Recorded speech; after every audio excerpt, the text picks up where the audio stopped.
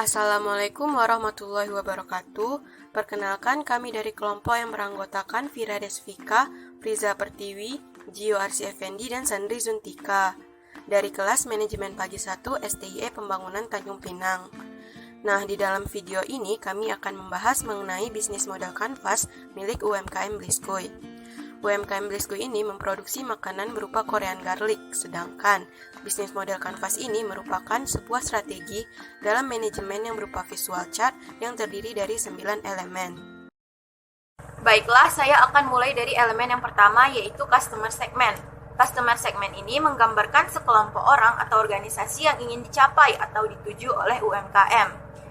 Nah, untuk UMKM Bliskoy ini, customer segment geografisnya adalah di sekitar kota Tanjung Pinang. Demografisnya untuk pekerjaan mencakup semua jenis pekerjaan, untuk usia dari segala usia, dimulai dari anak-anak, remaja hingga dewasa. Dan untuk status sosialnya dari semua kalangan masyarakat, dari kalangan bawah, menengah ataupun kalangan atas. Untuk psikografis atau gaya hidupnya adalah para konsumen yang gemar atau suka mengemil. Dan perilakunya, produk ini dikonsumsi untuk dijadikan sebagai cemilan. Selanjutnya, saya akan menjelaskan elemen yang kedua, yaitu value proposition. Value proposition ini merupakan nilai tambah atau alasan yang menjadikan UMKM ini terlihat lebih menarik dan berbeda dari UMKM lainnya. Atau dapat juga dikatakan sebagai kekuatan dan keuntungan dari usaha atau produk. Nah, untuk UMKM Bliskoy ini, value proposition-nya adalah yang pertama, produk yang dijual memiliki ciri khas unik. Yang kedua, produk yang diterima oleh konsumen merupakan produk yang baru dibuat. Yang ketiga, kualitas produknya higienis, memiliki rasa enak, memiliki cita rasa unik, menarik, serta tidak menggunakan bahan pengawet dalam proses pembuatannya. Yang keempat, harga produk. Yang ketiga, ada customer relationship. Customer relationship menggambarkan bagaimana cara berinteraksi dengan pelanggan, bagaimana cara mencari pelanggan baru, cara mempertahankan pelanggan, dan mendorong pelanggan yang sudah ada untuk membeli lebih banyak produk.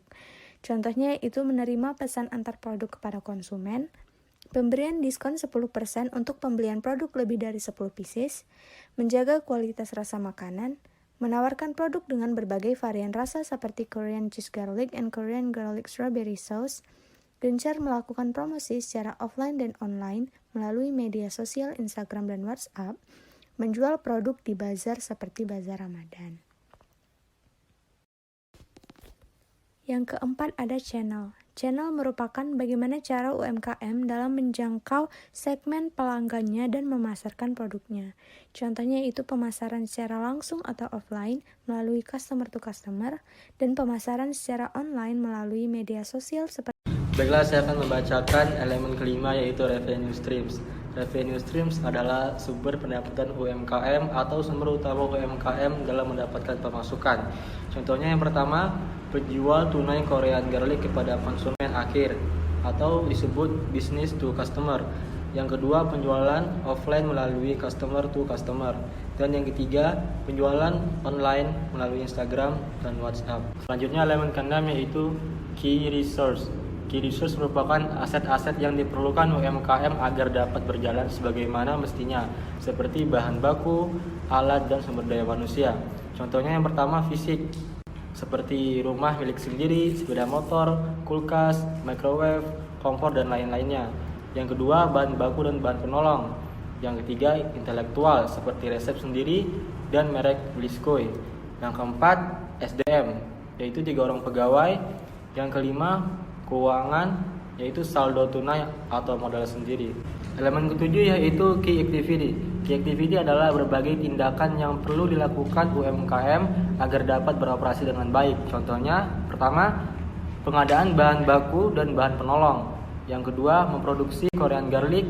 Ketiga, memasarkan produk secara offline dan online. Dan yang terakhir, mengembangkan produk dengan berbagai varian rasa seperti Korean cheese garlic dan Korean garlic strawberry. Nomor 8 ada key partners. Key partners menggambarkan sekelompok orang yang terlibat dan dibutuhkan dalam menjalankan proses operasional UMKM.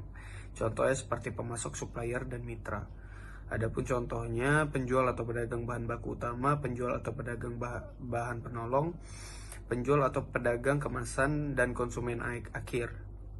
Nomor 9 ada cost structure. Cost structure menggambarkan komponen biaya yang dikeluarkan untuk menjalankan key activities agar UMKM dapat berjalan dengan lancar.